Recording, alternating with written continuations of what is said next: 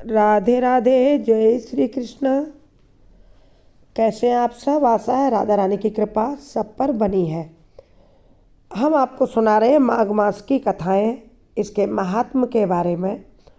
और 17 इसके एपिसोड आ चुके हैं, ये 18वां एपिसोड है।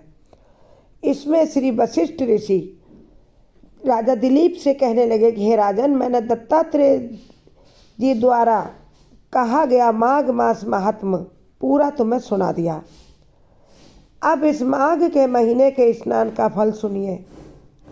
हे परंतप, माघ मास के महीने का इतना फल है, तुम पिछली कथाओं में सुन चुके हो। कांचन मालिनी ने अपना पुण्य उस घोर राक्षस को दे दिया तो वह स्वर्ग को चला गया, और विकुंडल ने अपना पुण्य अपने भाई कुंडल को दे दिया तो वह भी नरक से स्वर्ग को चला गया।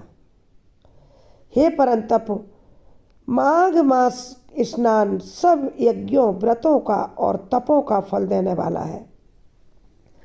माघ महीने में स्नान करने वाले स्वयं तो स्वर्ग में जाते ही हैं, उनके माता पिता दोनों के कुलों को भी स्वर्ग प्राप्त होता है। जो माघ मास में सूर्योदय के समय नदी आदि में स्नान करता है, उसके माता पिता के 7 कुलों की पीढ़ी स्वर्ग को प्राप्त होती है। माघ मास का अत्यधिक महत्व है। माघ मास में यदि आप नदी, खासकर गंगा नदी में और तीर्थराज प्रयाग में स्नान करते हैं, फिर तो इसके पुण्यों का वर्णन भी नहीं किया जा सकता। माघ मास में स्नान करने वाले दुराचारी कुकर्मी मनुष्य भी पापों से मुक्त हो जाते हैं, और इस महीने में श्री हरि का पूजन करने वाले, श्री विष्णु का पूजन करने वाले पाप समुदाय से मुक्त होकर के भगवान के जैसे वह शरीर वाले हो जाते हैं, यानी वह साजुज्य मुक्ति प्राप्त करते हैं और सामीप्य मुक्ति प्राप्त करते हैं। यदि कोई आलस्य से भी माघ के महीने में सूर्योदय से पहले स्नान करता है तो उसके भी सभी पाप नष्ट हो जाते हैं। जैसे गंधर्व कन्याएं राजा के श्राप से भयंकर काल रूपी उसको भोगती हुई पापों को लोमस ऋषि के वचन से, माघ में स्नान करने से लोमस ऋषि ने उनको समझाया कि तुम जाकर के तीर्थराज प्रयाग में माघ के महीने में कल्पवास करो, 1 महीने का स्नान करो त्रिवेणी संगम में। तो ऐसा करने से उन अप्सराओं का सारा पाप छूट गया, सारे पापों से मुक्ति हो गई। अपने गुरु वशिष्ठ से ऐसी बात सुनकर राजा दिलीप बड़ी ही विनम्रता से पूछने लगे कि हे गुरुदेव, मैं आपसे कुछ और पूछना चाहता हूँ। उनको कब और कैसे श्राप मिला? ये कन्याएं कौन थीं? देव कन्याएं, गंधर्व कन्याएं कौन थीं जिनको श्राप मिला और क्यों मिला? उनके नाम क्या क्या थे? ऋषि के वाक्य से ऐसे श्राप वह कैसे, लोमस ऋषि से कहने से वह कैसे श्राप मुक्त हो गई? और उन्होंने कहाँ, किस जगह पर स्नान किया? आप विस्तार पूर्वक पूरी कथा मुझसे कहिए। वशिष्ठ जी कहने लगे, हे राजन, जैसे अरण्य से स्वयं अग्नि उत्पन्न होती है, वैसे ही यह कथा धर्म और संतान उत्पन्न करने वाली है। हे राजन, सुख संगीत नामक गंधर्व की कन्या का नाम विमोहिनी था। सुशीला तथा स्वर वेदी की सुंबरा, चंद्रकांत की सुतारा तथा सुप्रभा अप्सरा की कन्या चंद्रका, ये 5 गंधर्व कन्याएं सब एक जैसी आयु वाली थीं, समान अवस्था वाली थीं तथा चंद्रमा के समान कांति वाली, चमकती हुई और सुंदर चेहरे वाली थीं। जैसे रात को चंद्रमा शोभायमान होता है, वैसे ही पुण्य की भागी वह कन्याएं, गंधर्व कन्याएं फूल की कलियों के समान खिली हुई दिखती थीं, चहकती रहती थीं। ऊंचे ऊंचे उनके मस्तक थे, लंबे बाल थे, और पद्मिनी वैशाख मास की कामिनी यौवन दिखाती हुई नवीन पत्तों वाली लता के जैसी गोरे रंग की गंधर्व कन्याएं सोने के जैसी चमकती हुई और सोने के आभूषणों से शोभायमान थीं। बड़े बड़े सुंदर उन्होंने वस्त्र पहने हुए थे। अनेक प्रकार के गाने और बीड़ा बजाने में, बांसुरी बजाने में, दूसरे बाजे बजाने में बहुत ही निपुण थी गंधर्व कन्याएं। ताल स्वर पर नृत्य कला में बहुत ही ज़्यादा निपुण थीं, बहुत ज़्यादा पारंगत थीं। इस प्रकार वे 5 गंधर्व कन्याएं क्रीड़ा करती हुई कुबेर के यक्षपुरी में, अलकापुरी में विचरती थीं।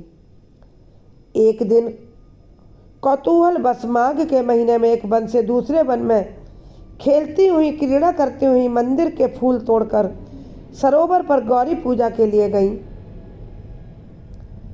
स्वच्छ जल के सरोवर में स्नान करके उन्होंने सुंदर वस्त्र पहने और मौन होकर बालू मिट्टी की गौरी बनाकर उसी सरोवर के किनारे चंदन, कपूर, कुमकुम और सुंदर कमल के फूलों से वह गौरी माता को पूजन करके प्रसन्न करने लगीं और ताल पर नाचने लगीं। फिर ऊंचे गांधार स्वर में सुंदर गीत गाने लगीं। जब वे कन्याएं नाचने गाने में लीन थीं तो उसी समय अच्छोद नामक उत्तम तीर्थ में वेद निधि नाम के ऋषि के पुत्र अग्निप ऋषि स्नान करने के लिए उस सरोवर में गए। वह युवा ऋषि थे। सुंदर मुख, कमल सदृश नयन, विशाल छाती, सुंदर भुजाओं वाले वह ऋषि थे। दूसरे कामदेव के समान वह बड़े सुंदर थे और उनकी शिखा यानी चोटी सहित दंड लिए, मृगचर्म ओढ़े, जनेऊ धारण किए हुए थे। उनको देखकर 5 कन्याएं उन अग्निप ऋषि पर मोहित हो गईं, मुग्ध हो गईं और उसका रूप व यौवन देखकर कामदेव से पीड़ित हो देखो देखो ऐसा कहती हुई उस ब्राह्मण के चित्त में कामदेव का डर उत्पन्न करने लगी और आपस में विचार करने लगी कि यह कौन है। रति रहित होने से कामदेव तो है नहीं, कामदेव होते तो उनके साथ उनकी पत्नी रति होती, और एक होने से अश्विनी कुमार नहीं, अश्विनी कुमार तो 2 हैं। यह कोई गंधर्व या किन्नर या कामरूप धारण कर कोई सिद्ध या किसी ऋषि का श्रेष्ठ पुत्र या मनुष्य है। कोई भी हो, ब्रह्मा जी ने इसको हमारे लिए बनाया है। ऐसा कहकर वह कन्याएं आपस में बातें करने लगीं। आगे की पूरी कथा सुनने से पहले माता लक्ष्मी के सभी भक्त माँ लक्ष्मी के चरणों में सब्सक्राइब, लाइक समर्पित करके जय माँ लक्ष्मी कमेंट बॉक्स में अवश्य लिखें। वह 5 कन्याएं उस पर मोहित हो गईं। पूर्व कर्म करके प्रभाव से, कर्म का प्रभाव होता है ना, पूर्व कर्मों के प्रभाव से संपत्ति प्राप्त होती है, वैसे ही गौरी जी ने हम 5 कुमारियों के लिए श्रेष्ठ वर दे दिया है और आपस में यह तुम्हारा वर है या मेरा अथवा सबका, ऐसा कहने लगी। उसी समय उस ऋषि पुत्र ने अपनी दोपहर की पूजा क्रिया संपन्न की। दोपहर संध्या ऐसे वचन सुने तो वह सोचने लगा कि यह तो बहुत बड़ी समस्या उत्पन्न हो गई। ब्रह्मा, विष्णु, महेश आदि देवता तथा बड़े योगीश्वर भी स्त्रियों के भ्रमजाल से मोहित हो गए हैं। इनके तीखे बाणों से किसका मन रूपी हिरण घायल नहीं हो सकता। जब तक नीति और बुद्धि रहती है तब तक पाप से भय रहता है। जब तक कि गंभीरता रहती है, यम विधि का पालन होता है, तब तक मनुष्य स्त्रियों के काम रूपी बाणों से नहीं बंधता। ये मुझे उन्मत्त और मुग्ध कर रही हैं। किन गुणों से धर्म की रक्षा हो सकती है? स्त्रियों के मांस, रक्त, मल, मूत्र से बने घृणित और अशुद्ध शरीर में कामी लोग ही सुंदरता की कल्पना करके रमण कर सकते हैं। शुद्ध बुद्धि वाले महात्माओं ने स्त्रियों के पास रहना बड़ा दुखकारी बताया है। ऐसा वह अच्छोद ऋषि का पुत्र अग्निप विचार करने लगा।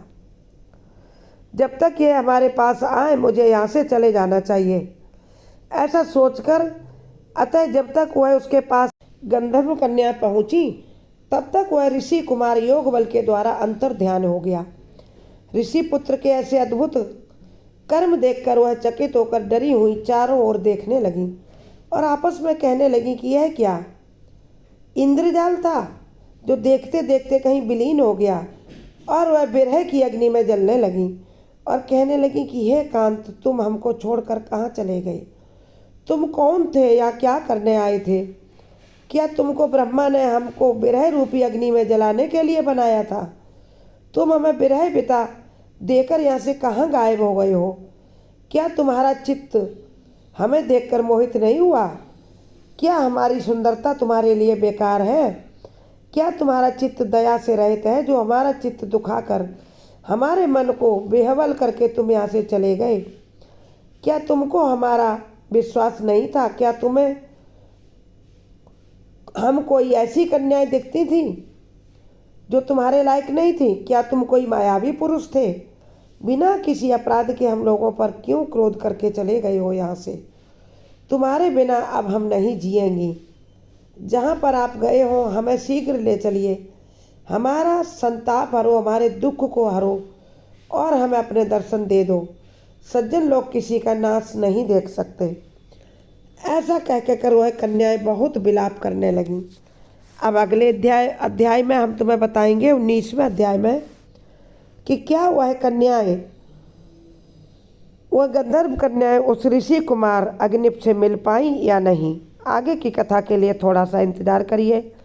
हमारे चैनल के अन्य वीडियो देखिए, अच्छे लगे तो लाइक शेयर करिए, चैनल को सब्सक्राइब कर लीजिए और माता लक्ष्मी की कृपा पाने के लिए जय माँ लक्ष्मी कमेंट बॉक्स में ज़रूर लिखिए।